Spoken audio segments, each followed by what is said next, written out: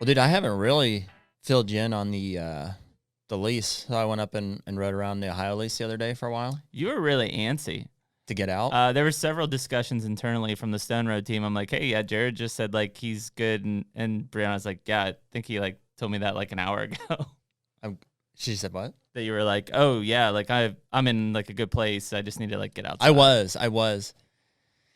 Yeah, I was just like, I was like, it's not, I can't leave just yet. Yeah. I was like, I better. Well, it was like 8:30. It was kind of like when I was getting ready to get married, and I was like waiting to ask Chuck's permission. I was like, man, I know this is going to happen here, but I need to just, so he doesn't think I'm crazy, I need to just wait a little while longer. So did you wait later in the day? To ask you, yeah. In the day? Yeah. Oh, no, I meant to ask Chuck. I did. Later in the day? No, later in the year. That's an odd analogy because it was just like mere hours in our discussion. Very similar principles, though. I mean, yeah. The end goal. Well, here's what could have happened. I could have at like 10:30 been like, "Hey, dude, I'm out. I'm good to go," but that wouldn't have looked good. So I was like, I better just buckle down and do a little bit more work here, at least until like 2, and then. Similar analogy in that if you didn't get there, somebody else picks up the shed. If you didn't ask Margie to marry you, somebody else picks up Margie. No, I don't think there's any fear of that. I was just we're drifting pretty far from the analogy. Crazy, but anyways. So I went out to the lease, and I didn't tell you either. You like that place, don't you? Mm-hmm. Yeah, it's awesome. It's big, man. You were like, this is how I ever wanted my property to be. Yeah, it was sick. I started at the right spot too. It's Did you ride the Range Rover? Yeah. Belt's fixed. That's all it was. Threw a belt. So got a new belt on there. And so I started over at the top. It was beans last year. And I assume they just rotate that every year or every other year. So think it'll be corn up there? I think so. I think that's actually an easy spot to overlook, is as soon as you drive around there, there's a solid chunk of timber that comes up and meets at the bottom there. Just points up out. That'd be a good spot, at least for a camera, to see what's there. But let's see where to start. Yeah, I drove in there.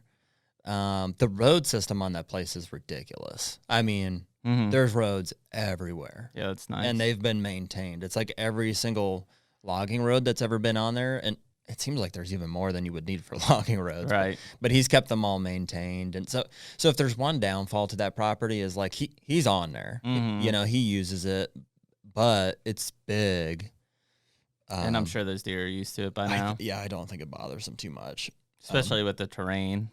I mean, he went in, he's been in since I was in there last time, and he's got gravel on the road. The main road anyways, the one that goes back to the cabin. And I actually, so I spent a bunch of time on that property. I spent probably 2 or 3 hours. What I did was I drove clear over to where I had the stand and the camera from where I was hunting at 8 What do those plots look like? In the late season. Hammered. Okay. Yeah. Yeah, I mean, it's just it's just small clover and old brassicas and stuff. I can see he's got some lime bags out there. Like he's been doing something he's been liming and stuff. I really want to get over there before too long and talk to him about what we want to do. Plant this. I think he's going to plan on planting anyways if we don't tell him, but it's fine. Might be nice to intercept him. We'll just come in and deer grow it. Intercept him with something. What we want to plant. But so I stopped there. I got the camera first. I pulled that lone wolf. And then I popped down over the hill, and I wanted to go down because it seemed like that's where a lot of those. Did you check that camera? It was one of those multrees. So nothing? So when the cell died, it wasn't taking pictures after that. Did we shut off the cell, or did the camera die? I think I shut him off. Okay. I think I shut him off. But anyways, I dropped down over that hill, and I started walking down towards the ponds because that's where I thought those bucks were coming from. And it's nasty down in there, and that's classic like ravine. And what it seems like is a bunch of those big mature bucks out there are used in that lowland country more than they do the ridges and stuff, or even the big oak flats and stuff. And so, I mean, there's clearly a bunch of stuff getting used down there, and I found some good spots. But and so to access that, you can come off right where they have that. It's like a watershed or something down there. Do you know where that's at? Yes. Can you picture that? So, yeah. Southwest corner. Yeah, so you would actually access that. So you just drive right past the farm, down past the bead knolls, and it's right there. You can park right there, and then you can just right up the gut. Mm-hmm. You can get up in there. Mm-hmm. And it's cool because there's a bunch of, I don't know if it's like from water coming down from the lake or overflow from the watershed. I don't think that makes as much sense, but there's big like retaining ponds back there. It's real crazy. Like it's, I don't know if I took a picture, but there's giant drop-offs, like from where you stand. It's like benches, basically. Yeah, it's like just kind of a cliff, and it falls off real steep down into these big retaining ponds. That's interesting. I don't know. Think that'll hold water in the summertime? 100%. I mean, it's holding a lot of water now. Here, this isn't like... Barring we don't have EHD. I don't know if I can get this up on the big screen, but at least you can check that out and see. Oh, yeah. Yeah, it looks like old strip mine almost. Yeah. Mm-hmm. See it down in there? Mm-hmm. That's cool. So I was half expecting I'd find a deer laying in it. Yeah. You know, just down like and around. EHD or just, deer running downhill to die. You found that community's great. Yeah. And so the way that property lays is I'm figuring out as I spend a little more time on it, there's essentially 4 ravines and 3 major ridges. Mm-hmm. So yep. ravine, ridge. Yeah, it almost looks like a ravine, turkey ridge. foot, the way those ridges run. Yeah. And that includes the neighboring lease that you just picked up. Mm-hmm. That's the tip of one of those 3 Just major ridges. Yeah. So you've got basically the 3 ridges would be the one where the big gas line food plot's at, the one that the cabin is on. Yep. Continues Main to one. extend out. Mm-hmm. And then the one out to her property. Yep. Which there's more on it. I guess I remember seeing that when I was out with him, but I kind of had forgotten. Do you know that secluded plot you're talking about wanting to do there?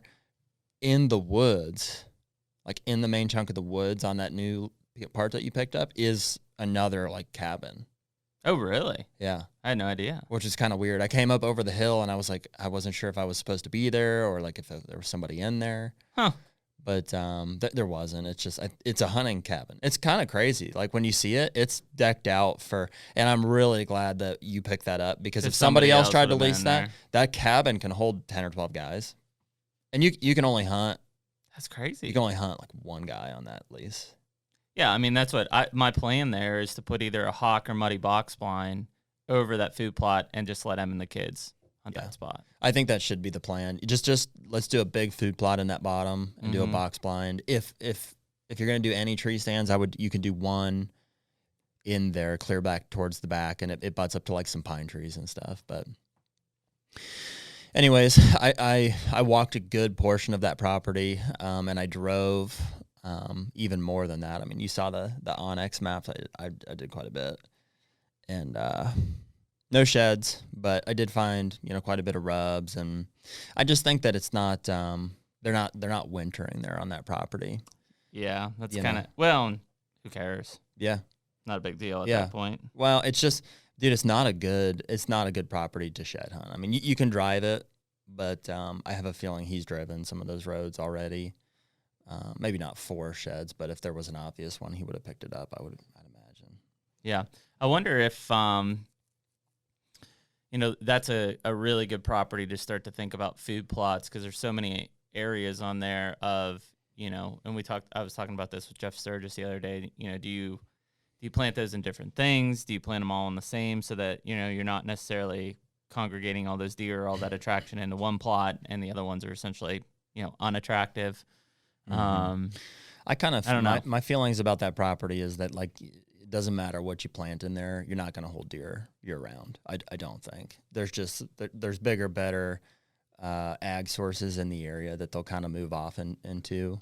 My opinion would be let's plant whatever's as attractive as possible, and that will hold them into November and December as long as possible. But then after that, that's all we care about. Yeah, when January, February rolls around, those deer they're going to standing crops. So I'd love to see some. I would just do straight brassicas on that big plot you want to put in, and then I would do, I guess, a combination of like clover, oats, and brassica. Something early, something late. Some of those other ones.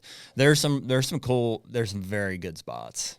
Well, I mean, and there's a lot of oaks and acorns that are going to be on there too, and some of those draws. It's just getting in there, and really, I think that's where. Not that I don't think you can kill a deer on those plots, but I think at some point that's a classic property of you could be very conservative and never kill a deer on it. At some point, you're going to have to push into a saddle or push into in between a bedding area and a plot to get on those deer. Mm-hmm. You just have to do it smart. Yeah, I mean, it sets up. It's very different from my property in that, like, typically the two are segmented. So it's like, all right, they're likely bedding on like this eastern facing hillside. I've done TSI here, and here's the trails coming out of it. Food plots over here.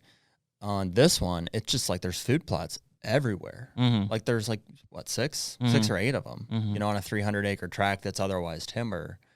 And so it doesn't seem like you can really set up to hunt these food plots right in the same way. But some of them are set up in pretty cool spots.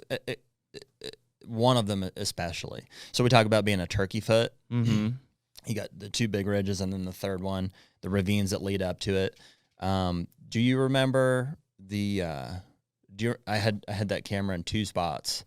The one was, they call it Jackson food plot, and it's not too far inside from that big bean field. That's essentially at the head of the turkey foot. Gotcha. And if you go up just a level, these two food plots are literally 150 yards from one another. This upper one is like, that's the knob. And so if you take like the old strategy of like rut high, feed low type of thing, that's classic. It's a knob for sure. It's a nice food plot.